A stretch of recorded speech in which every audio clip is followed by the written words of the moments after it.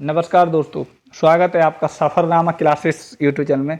जैसा कि आप सभी को पता है, मैं यहाँ कराता हूँ आपको गवर्नमेंट जॉब की तैयारी और मैं खुद गवर्नमेंट जॉब करता हूँ, तो मुझे पता है कि मुझे आपको क्या पढ़ाना है। तो आज की क्लास में आपको कराऊंगा उत्तर भारत के, मैंने आपको क्या कहते हैं प्रमुख जो त्यौहार वो कराई दिए हैं। इस क्लास में मैं आपको कराऊंगा दक्षिण भारत के जो राज्य हैं उनके जो प्रमुख त्यौहार हैं वो कराऊंगा। और आप यकीन मानिए इस क्लास को देखने के बाद आपको कोई अन्य क्लास देखने की जरूरत नहीं पड़ेगी। एग्जाम में जो भी क्वेश्चन बनेंगे वो इसी क्लास में आपको क्लियर करा दूंगा। और उत्तर भारत के जो प्रमुख त्यौहार है उनमें मैंने आपको 136 त्यौहार कवर कराए हैं और दक्षिण भारत में तो कम है, तो इसीलिए हमने कम इसमें कराए हैं। तो चलिए बिना किसी देरी के हम इस क्लास को शुरू करते हैं। उससे पहले मेरे आपसे रिक्वेस्ट है, अगर आप चैनल पर पहली बार आए हैं तो चैनल को सब्सक्राइब करके बेल आइकन पर प्रेस जरूर कर लेना। तो देखिए पहला क्वेश्चन देखते हैं, केरल की सबरीमाला मंदिर में कौन सा त्यौहार आयोजित होता है? तो वहाँ जो त्यौहार मनाया जाता है उसका नाम है दोस्तों मकर बिलक्कू। कौन सा? मकर बिलक्कू त्यौहार है। चलिए अगला क्वेश्चन हम देखते हैं, निम्न में से कर्नाटक में कौन सा महोत्सव मनाया जाता है? तो कर्नाटक में जो महोत्सव मनाया जाता है उसका नाम है दोस्तों, ए और बी दोनों हो जाएगा। चलिए अब इनके नाम देख लेते हैं। तो वो है हम्पी महोत्सव और दूसरा है उगादी महोत्सव। तो ये दोनों ही महोत्सव कर्नाटक मनाए जाते हैं। और कर्नाटक के अन्य महोत्सव की बात करें तो वो है देखिए कगी और कैल पौधा और पट्टाडालकल, और अगला है कैलपोथ, और अगला है महामस्तकाभिषेक।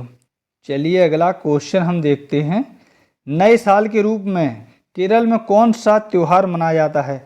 तो केरल मनाया जाता है ऑप्शन नंबर ए दिया विशु। कौन सा? विशु त्यौहार मनाया जाता है नए साल के रूप में। चलिए अगला क्वेश्चन देखते हैं, आंध्र प्रदेश में आयोजित होने वाला कौन सा त्यौहार कला और व्यंजन को प्रदर्शित करता है?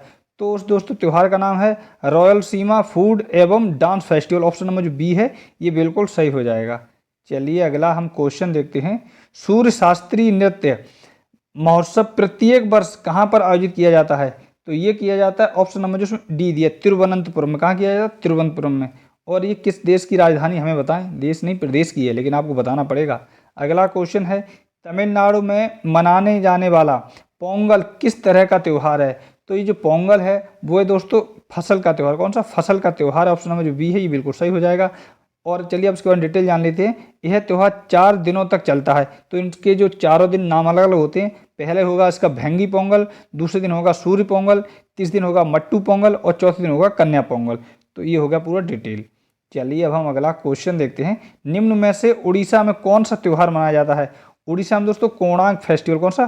कोणार्क महोत्सव मनाया जाता है। ऑप्शन नंबर जो ए दिया है ये बिल्कुल सही हो जाएगा।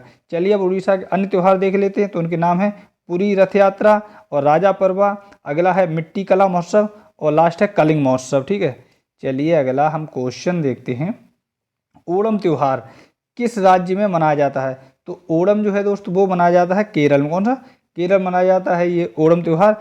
अब चलिए इसके बाद डिटेल जान लेते हैं। तो भगवान बावन की जयंती और राजा बलि के स्वागत में 10 दिनों तक चलता है और पहला दिन जो है वो अथम और 10वां दिन जो है थिरुवोनम कहलाता है। ठीक है। चलिए अब हम अगला क्वेश्चन देखते हैं, अंगूर महोत्सव किस राज्य में मनाया जाता है? बात करें अंगूर महोत्सव की तो ये दोस्तों गोवा में आयोजित किया जाता है। और गोवा के अन्य त्यौहार देखें तो देखिए सिग्मो महोत्सव हो गया, सेंट फ्रांसिस्को जेवियर पर्व ये हो गया। चलिए अब हम अगला क्वेश्चन देखते हैं, तमिलनाडु के जल्लीकट्टू त्यौहार को अन्य किस नाम से भी जाना जाता है? तो तमिलनाडु का जो जल्लीकट्टू त्यौहार है इसे हम बुल फेस्टिवल भी कहते हैं। क्या? बुल फेस्टिवल भी कहते हैं। और इसको सुप्रीम कोर्ट ने रोक लगा दी थी और हाल ही में ये फिर से मनाने की अनुमति दे दी है। अगला क्वेश्चन है, कर्नाटक का कौन सा त्यौहार संगीत और नृत्य को समर्पित है? तो उस त्यौहार का दोस्तों नाम है होयसल महोत्सव। कौन सा? होयसल महोत्सव। ऑप्शन नंबर जो सी दिया है यह बिल्कुल सही हो जाएगा। चलिए अगला क्वेश्चन देखते हैं, कर्नाटक का कौन सा महोत्सव भैंस दौड़ प्रतियोगिता के लिए प्रसिद्ध है? तो उस दोस्तों जो त्यौहार का नाम है वो है दोस्तों ऑप्शन नंबर ए दिया कम्बाला महोत्सव। कौन सा? कम्बाला महोत्सव। ऑप्शन नंबर जो ए दिया है बिल्कुल सही हो जाएगा। अगला क्वेश्चन है, फिलोमंगो उत्सव किस राज्य में मनाया जाता है?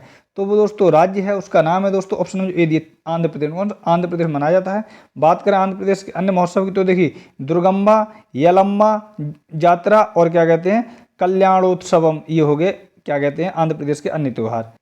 अगला क्वेश्चन है, फूलों का त्यौहार तेलंगाना में मनाया जाता है, इसका असली नाम क्या है? तो इसका जो असली नाम है वो है दोस्तों बथुकम्बा महोत्सव। कौन सा? बथुकम्बा महोत्सव। ऑप्शन नंबर जो सी है ये बिल्कुल सही हो जाएगा। चलिए हम अगला क्वेश्चन देखते हैं। काला घोड़ा कला महोत्सव, याद रखिए अब काला घोड़ा कला महोत्सव ये इंपॉर्टेंट है। तो काला घोड़ा कला महोत्सव महाराष्ट्र के किस शहर में मनाया जाता है? तो ये महाराष्ट्र में मनाया जाता है। अब बात करें कि महाराष्ट्र के किस शहर में मनाया जाता है, तो ये मनाया जाता है मुंबई। कहाँ पे? मुंबई में मनाया जाता है। और महाराष्ट्र के अन्य त्यौहार देखें तो वो हैं गुड़ी पड़वा और पोला और गणेश चतुर्थी बहुत धूमधाम से मनाया जाता है, और है बिठोबा। ठीक है, चलिए अब हम अगला क्वेश्चन देखते हैं। कैलपोत त्योहार कर्नाटक के किस समुदाय के द्वारा मनाया जाता है? तो ये मनाया जाता है कोडवा समुदाय के द्वारा। अब चलिए इस त्योहार के बारे में थोड़ा जान लेते हैं। तो देखिए इस त्योहार में हथियारों और फसलों की पूजा की जाती है। आप देख रहे हैं हथियार और ये फसल है, इनकी पूजा की जाती है। चलिए अब हम अगला क्वेश्चन देखते हैं। निम्नलिखित में से उड़ीसा का सबसे प्रसिद्ध त्योहार कौन सा है? तो वो है दोस्तों धानु यात्रा। कौन सा? धानु यात्रा। ऑप्शन नंबर जो बी दिए ये बिल्कुल सही हो जाएगा। चलिए अब हम अगला क्वेश्चन देखते हैं। लुम्बिनी महोत्सव का आयोजन किस राज्य में किया जाता है? तो लुम्बिनी महोत्सव जो है इसका आयोजन होता है दोस्तों आंध्र प्रदेश में। कहाँ पे होता है?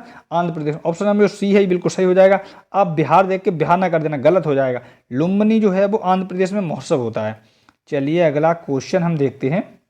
निम्नलिखित में से कौन सा उत्सव गोवा राज्य में मनाया जाता है? तो वो उत्सव है दोस्तों ऑप्शन नंबर बी दिया है फतोरप्पा यात्रा। कौन सा? फतोरप्पा यात्रा।